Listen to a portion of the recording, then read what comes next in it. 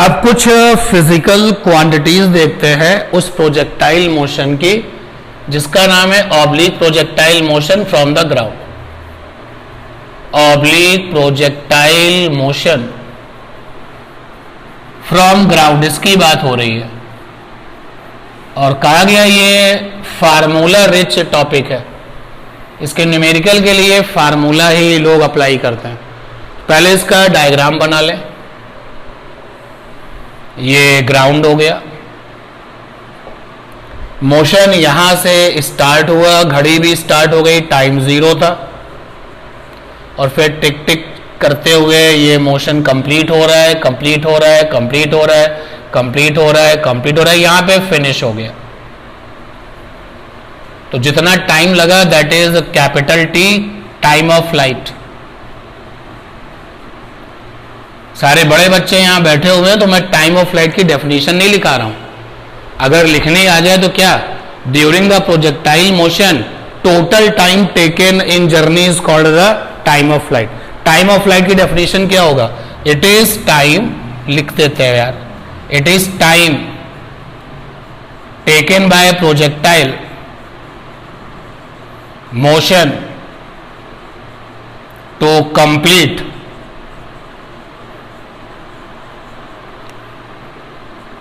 Journey. ये time of flight नाम की फिजिकल क्वांटिटी आ गई। अब देखिएगा पूरे इस मोशन में हमारे प्रोजेक्टाइल ने एक मैक्सिमम हाइट अचीव करी है। ये सबसे ज्यादा हाइट है उसकी, इससे ज्यादा हाइट कहीं नहीं थे, हाँ या ना? तो इस पूरे प्रोजेक्टाइल मोशन में एक फिजिकल क्वांटिटी आ गई capital H and that is maximum height. ये मैक्सिमम हाइट आ गई और ये जो मैक्सिमम हाइट उसने ट्रेवल करी है अलोंग द वाई एक्सिस। इस पूरे प्रोजेक्टाइल मोशन में उसने ये भी तो ट्रेवल किया है maximum along the x axis, that is called range. तो आर फॉर रेंज। आप रेंज को अगर लिखना चाहो तो max distance along x axis, along x axis ऐसा लिख सकते हो। टाइम ऑफ फ्लाइट आ गया कैपिटल एच, मैक्सिमम हाइट आ गया और रेंज कैपिटल आर आ गया। जब ये प्रोजेक्टाइल चला था तो u वेलोसिटी लेकर के उड़ा था और थीटा इसका अपना प्रोजेक्शन एंगल था। बट कीप इन माइंड कि प्रोजेक्शन एंगल कहने से काम नहीं चलेगा, आपको projection angle from the ground कहना पड़ेगा। कहां से लिया गया ये बहुत इंपॉर्टेंट है। इसके कंपोनेंट हो गए थे u के,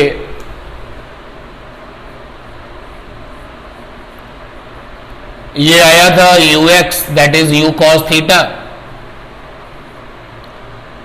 और ये आया था uy that is u sin theta.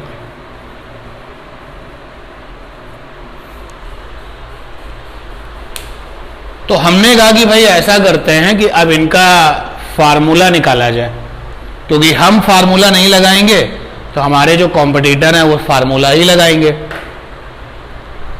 तो इस पूरे प्रोजेक्टाइल मोशन की जो इक्वेशन है, इक्वेशन ऑफ ट्रेजेक्ट्री, वो ये है y is equal to x tan theta minus का g x square upon two u square cos square theta. और ये तब है जब t टाइम पर हमारा प्रोजेक्टाइल यहां था, तो कोऑर्डिनेट पे x comma y, time t हो रहा था उस समय। मान लेते हैं इस जगह का नाम है p, ठीक है। तो क्लास मुझे ये बताए कि जब फिनिशिंग पॉइंट टच करेगा तो कोऑर्डिनेट क्या होंगे। एक्स एक्सिस वाई एक्सिस रखा हुआ है, मत भूलो। जब फिनिशिंग पॉइंट वो टच करेगा तो कोऑर्डिनेट क्या होंगे? ये हमारा एक्स एक्सिस है और ये वाई एक्सिस है। बार बार आवाज आ रही है एक्स कॉमा 0, बाकी लोग भी बताएं। इस पॉइंट का फिनिशिंग पॉइंट अगर मैं इसको कैपिटल N नाम लिख देता हूं, स्टार्टिंग को O लिख दिया, तो फिनिशिंग पॉइंट के कोऑर्डिनेट क्या होंगे? x, 0, ये बार बार मैं सुन रहा हूं। ये तो कंफर्म है कि x एक्सिस पर जो कोऑर्डिनेट होता है वो होता है समथिंग, 0, ये तो पक्का है। ये समथिंग क्या होगा भाई? r, 0,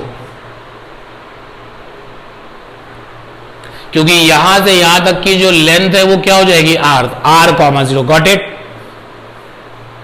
तो मैंने इस इक्वेशन में y की वैल्यू क्या रख दिया? 0 रख सकता हूं ना यार। अगर पॉइंट यहां है तो एक्स वाई की वैल्यू कुछ होगी, यहां पहुंचेगा तो एक्स वाई की वैल्यू कुछ होगी।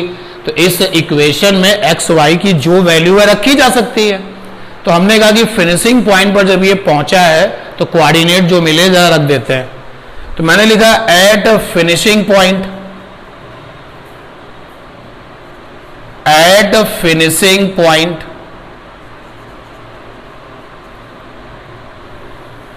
कोऑर्डिनेट है r, 0, यानी ये रहा x और ये रहा y, रख देते हैं। तो y की जगह पर 0, x की जगह पर r tan थीटा, x की जगह पर r u स्क्वायर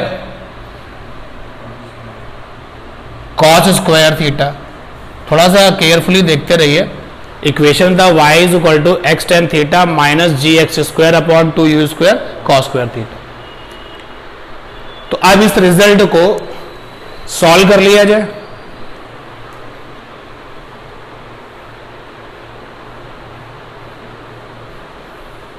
तो ये आ गया GR square upon 2u square cos square theta. इधर आ गया r tan theta, tan theta को ब्रेक कर सकते हैं sin theta by cos theta. तो कैंसिल करिए जो लोग कट हो रहे हैं। यहां पर आ गया r 2u square cos square theta, यहां रह गया sin थीटा अपॉन में cos थीटा। अभी मैंने पहले स्टेप में r को कट, तो कट करिए जो कट हो रहा है। कैपिटल R अगर निकालेंगे तो कैपिटल R आ जाएगा 2u square sine theta cos theta upon में g। देखो चेक करो भाई, कॉस थीटा से कॉस थीटा कट होगा। एक लाइन की कंजूसी करने से आपके चेहरे पीले पड़ गए। तो मैं फिर एक बार लिखता हूं GR upon 2u square cos square theta sine theta, नीचे ये कॉस थीटा, ये कॉस स्क्वायर थीटा है।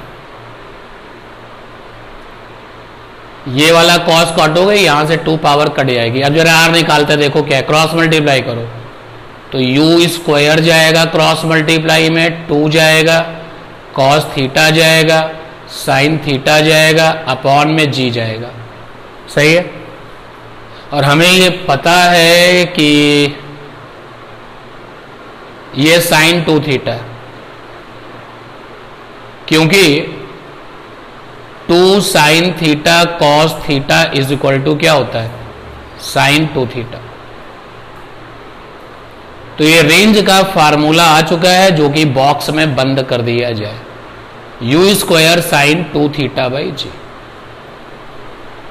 तो इस ऑब्लिक प्रोजेक्टाइल मोशन में हमारे पास में ये फिजिकल टर्म है।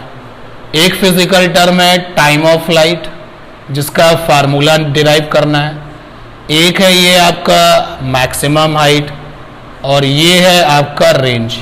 सबसे पहले हमने किसको फोकस किया? रेंज को। और रेंज का फार्मूला फाइंड आउट करने के लिए ज़्यादा कुछ नहीं किया, इसी ट्रेजेक्ट्री इक्वेशंस को यूज़ किया और रिजल्ट आ चुका है। Go for this.